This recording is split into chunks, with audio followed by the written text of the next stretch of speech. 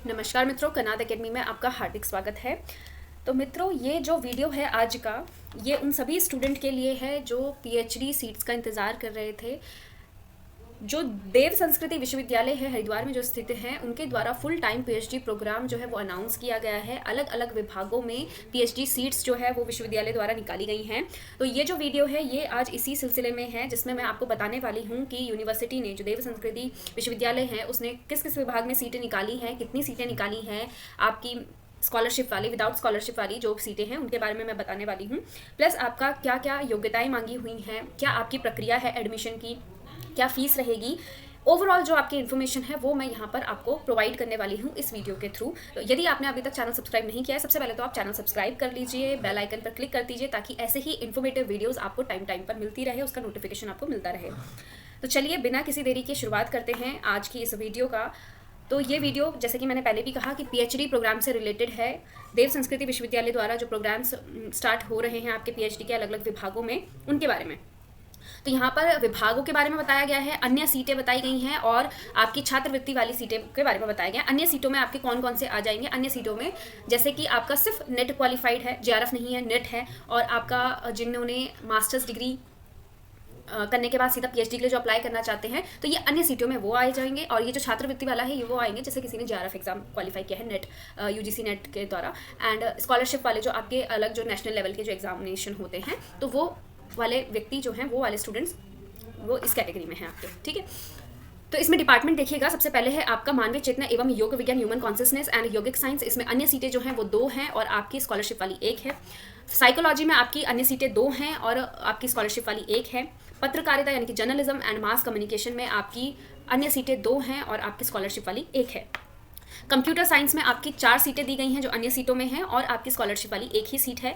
यहाँ पर इन्होंने कंप्यूटर साइंस के आगे 2 सीट आपकी फंडेड पीएचडी लिखा है। तो ये 2 सीट जो अलग से फंडेड की गई है, ये है जो आर्टिफिशियल इंटेलिजेंस वाले एरिया से बिलोंग करते हैं, है ना। कंप्यूटर साइंस से किया लेकिन आर्टिफिशियल इंटेलिजेंस से बिलोंग करते हैं, तो उनके लिए अलग से ये 2 सीटें फंडेड की गई हैं। आगे आपका टूरिज्म मैनेजमेंट यानी कि पर्यटन प्रबंधन जिनका सब्जेक्ट है, अन्य सीटों में उनके लिए 1 सीट है और स्कॉलरशिप वाला इसमें नहीं दिया गया है। हिस्ट्री और इंडियन कल्चर, भारतीय संस्कृति एवं इतिहास वालों की 1 सीट यहाँ पर है। प्राच्य अध्ययन यानी कि आपका ओरिएंटल स्टडीज़ जैसे philosophy, Ayurveda, maths, chemical science, life science, तो आपका फिलॉसफी में आयुर्वेद, गणित और रसायन शास्त्र, इन सब में 1-1 सीट है। बाकी जो आपका जीव विज्ञान है, इसमें 2 सीटें इन्होंने दी हुई हैं पीएचडी की। भारतीय शास्त्रीय संगीत में आपका गायन में 1 सीट है, वादन में 1 सीट है। शिक्षा शास्त्र एजुकेशन में इन्होंने 2 सीटें दी हैं अन्य में, और 1 सीट दी है आपकी स्कॉलरशिप वालों को। भाषा विभाग में आपका संस्कृत और हिंदी दोनों सब्जेक्ट है, इसमें दोनों में 1-1 सीटें प्रोवाइड की गई हैं। तो यहाँ पर देखिएगा, फंडेड हमने कंप्यूटर साइंस वाले में देखा था, यहाँ पर जो स्पॉन्सर की गई है ये की गई है आर्टिफिशियल इंटेलिजेंस से रिलेटेड, जैसे कि मैंने आपको बताया। तो ये तो थे विभाग जिनमें सीटें आई हैं, कितनी आई हैं ये हमें पता चल गई। आगे देखते हैं कि क्या क्या योग्यताएं मांगी हैं। योग्यता के बाद हम प्रोसेस देखेंगे कि क्या प्रोसेस है एडमिशन के लिए।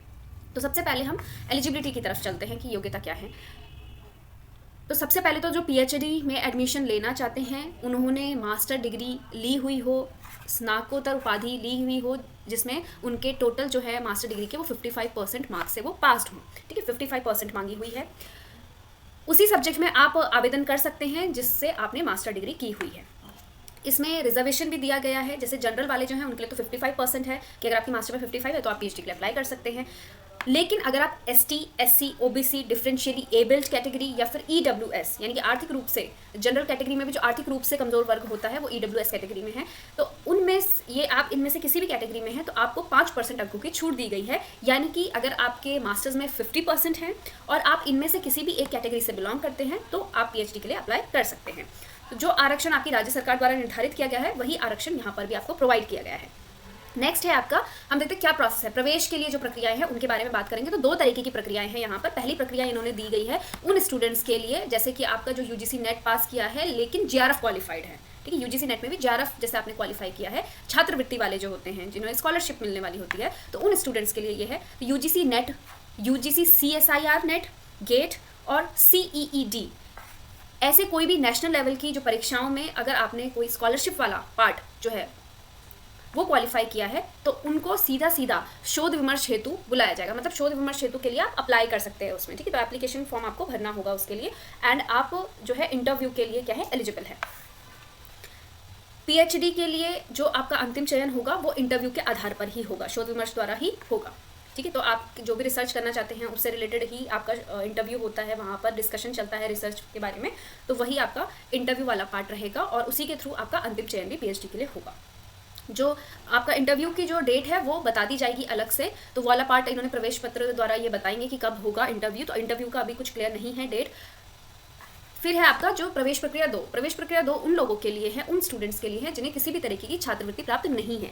मतलब जैसे आप सिर्फ नेट क्वालिफाइड हैं एंड आपने किसी भी तरीके का नेट का एग्जाम नहीं दिया है, मास्टर के बाद सीधा पीएचडी करना चाहते हैं, तो प्रवेश प्रक्रिया 2 जो है वो उन लोगों के लिए है। तो इसमें क्या क्या है, आप लोगों को एग्जाम देना है, जैसे जिनको छात्रवृत्ति नहीं प्राप्त है किसी भी तरह की, उनके लिए 2 तरीके के आपके प्रश्न पत्र होंगे। एग्जाम होगा आपका एक रिटर्न, जिसमें पहला जो पेपर है, फर्स्ट पेपर आपका शोध पद्धति यानी कि रिसर्च मैथडोलॉजी से रिलेटेड होगा, रिसर्च मैथडोलॉजी से। तो ये 35 मार्क्स का होगा। वेबसाइट पे जाके आप देख सकते हैं, इससे रिलेटेड वेबसाइट का लिंक ये है और मैं आपको डिस्क्रिप्शन में भी प्रोवाइड कर दूंगी। देन आपका जो सेकंड पेपर है वो भी 35 मार्क्स का होगा और वो आपके सब्जेक्ट से रिलेटेड होगा। जैसे कि आपका नेट का एग्जाम होता है, first paper compulsory, second paper आपका सब्जेक्ट से रिलेटेड, बिल्कुल वैसा ही है यहाँ पर। और जो आपका सेकंड पेपर है 35 मार्क्स का है, प्लस इसका जो सिलेबस है वो वही सिलेबस होगा जो यूजीसी नेट वाले एग्जाम में आपका सब्जेक्ट का जो सिलेबस होता है। जैसे कि आप अगर यौगिक साइंस से दे रहे हैं या आप कंप्यूटर साइंस से दे रहे हैं, तो जो आपका उस एग्जाम के लिए यूजीसी नेट एग्जाम के लिए सिलेबस होता है, सेम सिलेबस आपका इसमें भी रहेगा। ठीक है, जो आपका ये पेपर होगा 35 of first paper, 35 marks of second paper, तो टोटल आपके 70 मार्क्स हो गए। ठीक है, तो ये आपका वस्तुनिष्ठ यानी कि ऑब्जेक्टिव टाइप होगा।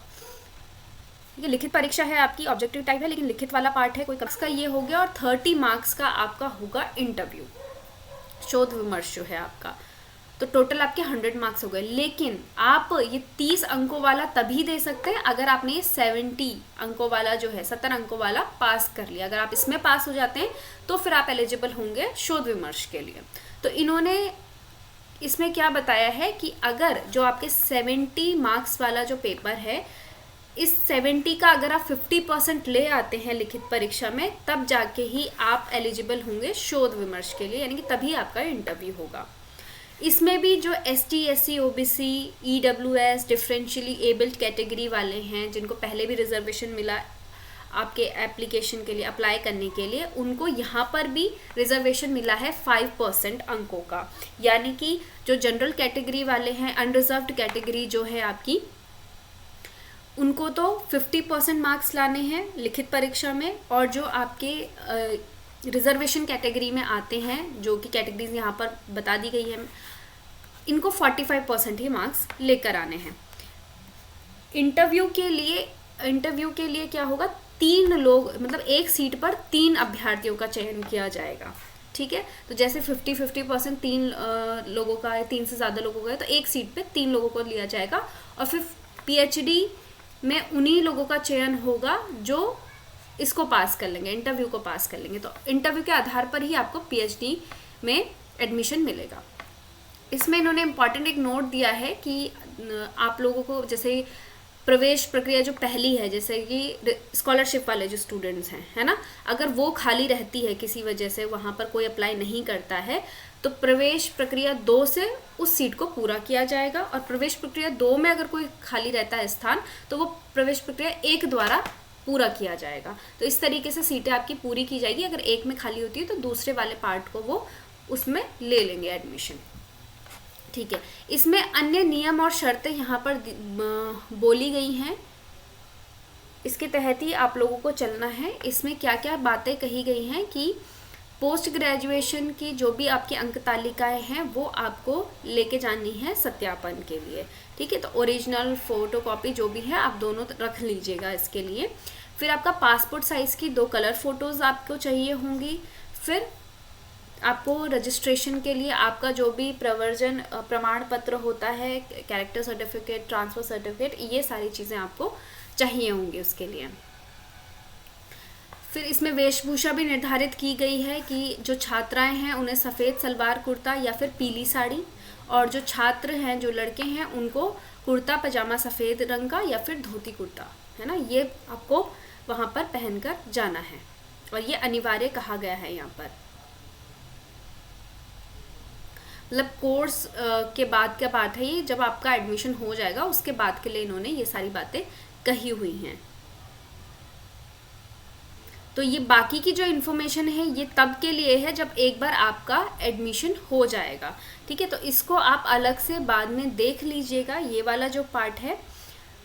अभी हम आगे चलते हैं कि क्या क्या इन्होंने पूर्ण शुल्क निर्धारित किए हुए हैं। तो शुल्क देखिएगा इसमें, जो आपको आवेदन करने समय, जो मतलब कि एप्लीकेशन जब आप भरेंगे उस समय आपकी 4500 फीस है।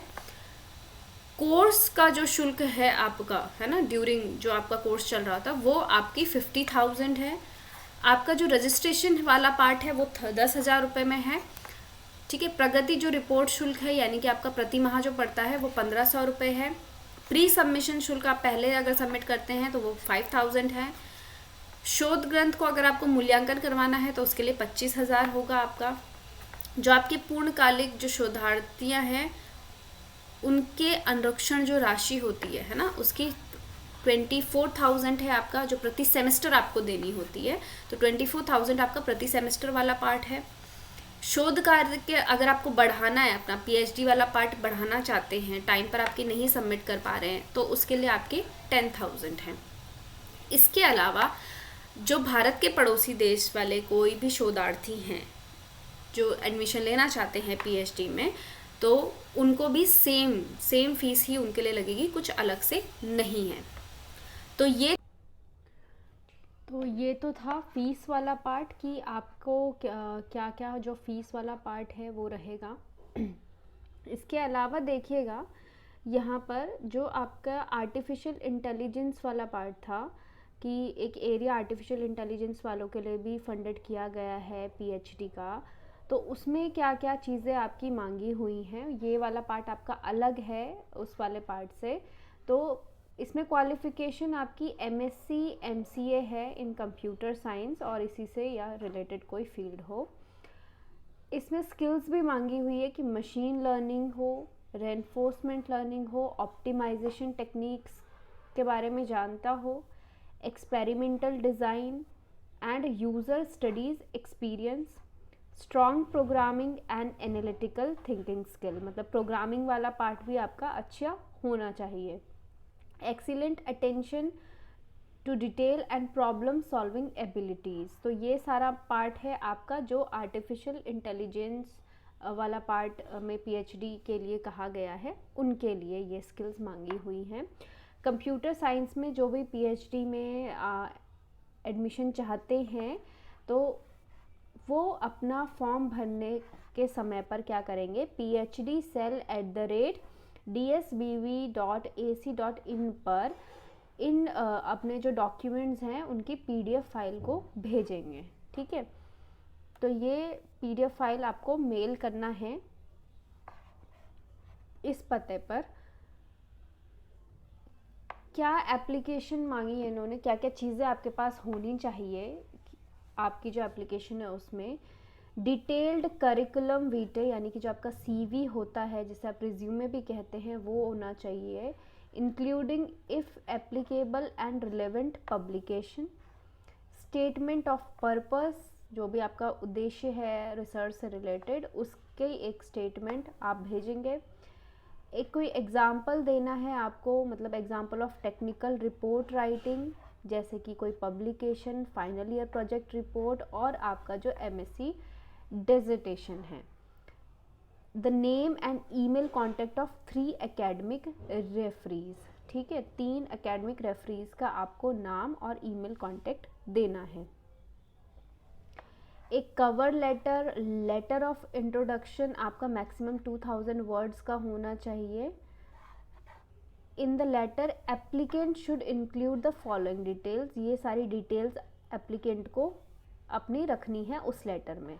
क्या क्या है, पहला है an explanation of your interest in the research to be conducted and why you believe they are suitable for the position. एक जो आपकी रिसर्च है उसके बारे में एक्सप्लेनेशन आपको देना है एंड क्यों आप उस पर बिलीव करते हैं कि वो उस पोजीशन के लिए सुटेबल है। Detail of your final year under graduate project if applicable, ठीक है, अगर आपके पास है तो आपको क्या करना है, अपना फाइनल ईयर का अंडर ग्रेजुएट जो प्रोग्राम है उसको डिटेल करना है उसमें, detail of your MSc project, ठीक है। एमएससी प्रोजेक्ट को भी आपको डिटेल करना है इसमें, ये भी इफ़ एप्लीकेबल वाले पार्ट में है। Detail if any relevant modules previously taken at undergraduate और मास्टर लेवल, कोई भी रिलेवेंट मतलब इसी के समान अगर किसी भी तरीके का मॉड्यूल है जो आपके द्वारा जिस पर काम किया गया है या आपने उसमें पढ़ा है, तो अगर वो लिया गया उसके बारे में भी आपको डिटेलिंग यहाँ पर देनी है, ठीक है। अंडर ग्रेजुएट या जो आपका मास्टर लेवल है उसमें अगर किसी भी रिलेवेंट मॉड्यूल पे आपने काम किया है। Detail of any relevant work experience, अगर आप पे कोई भी वर्क एक्सपीरियंस है तो उसके बारे में भी आपको बताना है। तो इन चीज़ों का भी आपको ध्यान देना है उस कवर लेटर में जिसमें भी आप इंट्रोडक्शन देंगे। तो इसमें आपको क्या करना है, ये सारा पार्ट जो बताया गया है इस पर आपको ईमेल करना है दिए गए पते पर। ये ईमेल पता भी मैं आपको डिस्क्रिप्शन बॉक्स में दे दूँगी, ठीक है। लास्ट जो है आपका आवेदन की जो तिथि है वो कब से कब तक है, क्या पार्ट है, तो वो मैं आपको बता देती हूँ। आवेदन पत्र वितरण करने की तिथि 27 जनवरी 2023। आवेदन पत्र जमा करने की जो तिथि है वो 11 मई 2023 तक है लास्ट। लिखित परीक्षा जो आपकी होगी 14 मई 2023 में होने वाली है। शोध विमर्श हेतु जो भी अभ्यर्थी चयनित होंगे, जिनका भी चयन होगा आपके इंटरव्यू के लिए, तो उनकी घोषणा 17 मई 2023 को हो जाएगी। जो आपका इंटरव्यू होगा उसकी संभावित तिथि यहाँ पर बताई गई है कि कब हो सकता है, तो 22 मई से लेकर 26 मई के बीच में आपका ये हो सकता है, ठीक है। संभावित तिथि बोली गई है, मतलब हो सकता है, कंफर्मेशन वाला पार्ट नहीं है। जो चयन किए जाएंगे अभ्यर्थी कि जिनका एडमिशन हो जाएगा पीएचडी में, तो वो उनकी घोषणा होगी आपकी 1 जून 2023 को। फिर रजिस्ट्रेशन का जो प्रोसेस आपका चलेगा वो 2 जून से 7 जून के बीच में चलेगा, और जो आपका कोर्स वर्क शुरू होगा वो शुरू होगा 15 जून 2023 से। और जो आपकी लिखित परीक्षा होने वाली है उस लिखित परीक्षा का जो समय है वो है 11 बजे से लेकर 1 बजे तक, ठीक है। परीक्षा लिखित प्रवेश परीक्षा आपकी ऑनलाइन माध्यम से देव संस्कृति विश्वविद्यालय परिसर में ही की जाएगी, ठीक है। तो ये पार्ट है आपका एग्जामिनेशन का, और लास्ट जो आपकी एप्लीकेशन की डेट है वो है 11 मई की।